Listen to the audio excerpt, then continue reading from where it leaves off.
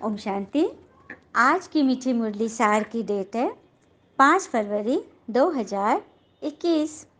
तो मीठे बाबा ने कहा, मीठे बच्चे, यहाँ तुम्हारा सभी कुछ गुप्त है, इसीलिए तुम्हें यहाँ कोई ठाट वाट नहीं करनी है। अपनी नई राजधानी के नशे में रहना है।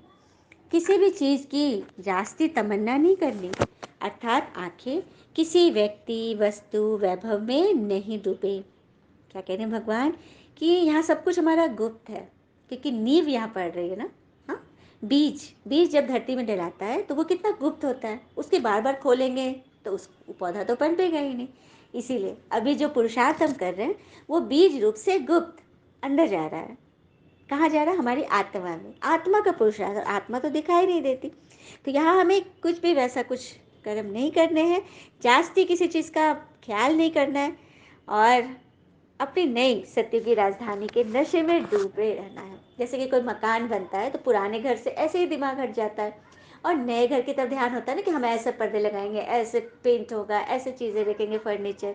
तो वही बात है कि हम नए की तरफ ध्यान दें और चमत्कार चमत्कार पे विश्वास करें, क्योंकि भक्ति में भी कहते हैं ना कि ईश्वर तो चमत्कार करते हैं। तो भगवान आ गए हैं चमत्कार कराने के लिए। जैसे एक बार की बात है, एक छोटा सा बच्चा दवाई दुकान में पहुंचा और अपने हाथ से, हाँ, कुछ चेंज पैसे रखे उस काउंटर पे, और बोला ना कि इसे डॉक्टर साहब, क्या यहाँ चमत्कार मिलता है?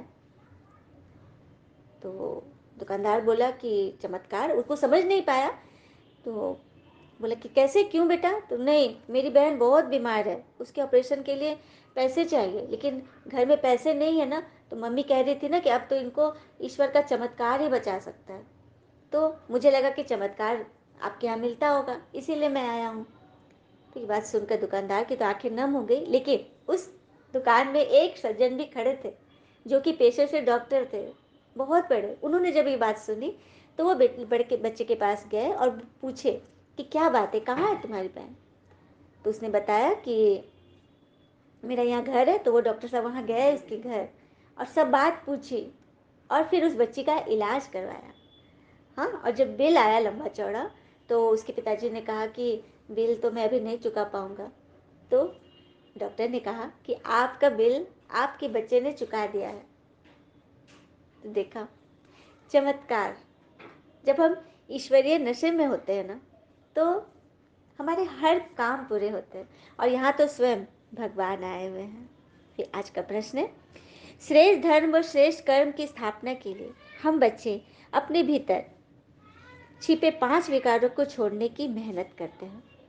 हाँ, श्रेष्ठ धर्म और श्रेष्ठ कर्म की स्थापना के लिए हमें अपने भीतर 5 विकारों को छोड़ने की मेहनत करनी है, क्योंकि इन कमी कमजोरियों ने ही हमें भ्रष्ट बनाया है। बाबा की श्रीमत देकर हम श्रेष्ठ धर्म और श्रेष्ठ देवी कर्म की स्थापना करते हैं। वह इस पढ़ाई से स्वयं को राज तिलक देते हैं। भगवान कह रहे हैं कि श्रेष्ठ धर्म और श्रेष्ठ कर्म की स्थापना, अर्थात सत्युगी देवी देवता धर्म की स्थापना के लिए क्या करना है? हमें अपने भीतर छिपे 5 विकारों को छोड़ने की मेहनत करनी है, क्योंकि ये कमी कमजोरियां ही हमें भ्रष्ट बनाती हैं। तो इस पढ़ाई से हमें स्वयं को राज तिलक देना है। हाँ, क्योंकि कहते हैं ना कि सागर की तरह यदि हम सिर्फ संचय करते जाएंगे तो खारे हो जाएंगे, बहती धारा बनो, सदा मीठे रहोगे और सब तक पहुंचोगे भी। इतनी बड़ी बात है। तो भगवान हमें ये बता रहे, तो हमें सिर्फ अपने अंदर समेटते नहीं जाना कि हमें तो बहुत मिल रहा है, हम बढ़ते जाए बढ़ते जाए। हम किसी काम के नहीं रहेंगे, क्योंकि कहते हैं ना, ज्ञान बांटने से बढ़ता है। अच्छा, फिर बाबा ने धारणा में कहा, सदा ये स्मृति रखनी है कि हम एक मत, एक राज, एक धर्म की स्थापना के निमित्त हैं। इसीलिए एक मत होकर आपस में भाईचारे से चलना है। स्वयं को राजगद्दी के लायक बनाने के लिए विकारों को छोड़ने की मेहनत करनी है। पढ़ाई पर पूरा ध्यान देना है। तो सदा ये याद रखना है कि हम एक मत, एक धर्म, एक भाषा, एक निमित्त की स्थापना कर रहे हैं। तो हमें मिलकर रहना है, वननेस की भावना जगे। हम सब आपस में भाई भाई ही तो है, क्योंकि हम सभी एक पिता के बच्चे। तो स्वयं को राजगद्दी के लायक बनाने के लिए अपने विकारों को छोड़ने की मेहनत करनी है। पढ़ाई पर पूरा पूरा ध्यान देना है। फिर बाबा ने वरदान दिया, त्रिकालदर्शी स्थिति द्वारा माया के वार से सेफ रहने वाले बच्चे ही अतीन्द्रिय सुख के अधिकारी हैं बनते। तो त्रिकालदर्शी स्थिति अर्थात हर एक चीज के अगला पिछला होने वाली चीज को समझकर हम कोई काम करें। जैसे ये संगम युग का विशेष वरदान व ब्राह्मण जीवन की विशेषता ही है अतीन्द्रिय सुख अर्थात इंद्रियों से परे का सुख, बियॉन्ड द सेंसेस। हम हमें वो खुशी मिल रही है ना जो हम इंद्रियों के मोहताज नहीं है उसके लिए। यह अनुभव और किसी युग में नहीं होता क्योंकि परमात्मा संगम युग में ही आते हैं, है ना। चारों युग के बाद संगम युग उसमें भगवान आते हैं और फिर से सत्युगी स्वर्ग की स्थापना करते हैं। लेकिन इस सुख की अनुभूति के लिए हमें क्या करना होगा? त्रिकालदर्शी स्थिति द्वारा माया के वार से सेफ रहना है। जो अतीन्द्रिय सुख का अनुभव करते हैं उन्हें इंद्रियों का सुख आकर्षित नहीं करता। और कहते भी है ना, उन्हीं के पाँव में छाले पड़ते हैं। जो चलते रहते हैं वह अपनी मंजिल को पाते हैं, जो चले ही नहीं तो कैसे मंजिल मिलेगी? तो भगवान के ज्ञान में हमें चलना है ना। हाँ, तभी हम अतीन्द्रिय सुख का अनुभव करेंगे, इंद्रियों के सुख से परे हो जाएंगे। मतलब किसी भी चीज़ में हमारी आंखें नहीं डूबी, किसी चीज़ का हमें मन में क्वेश्चन न हो, ये नहीं मिला वो मिलता, ईश्वर ने हमें बस इतना दिया। अरे ईश्वर ने हमें क्या क्या दिया है यह सोचना है।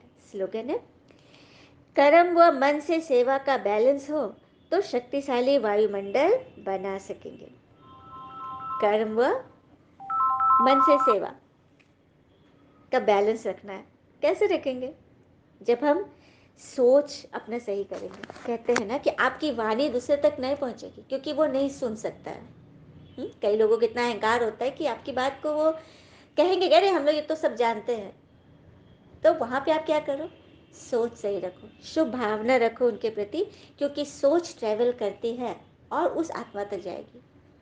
तो अपनी सोच सही कर दो, बीज सही कर दो, तो उसका पौधा, उसका फलदार वृक्ष तो तैयार होगा ही होगा। तो मन से सेवा करने के लिए हम संकल्प सही करें तो वाणी और कर्म अपने आप बैलेंस में हो जाएगी और हम शक्तिशाली वायुमंडल बना सकेंगे। अच्छा, ओम शांति। शुक्र है मीठे बाबा, वो बाबा के प्यारे प्यारे बच्चे। थैंक यू बाबा। All is well always. ओम शांति।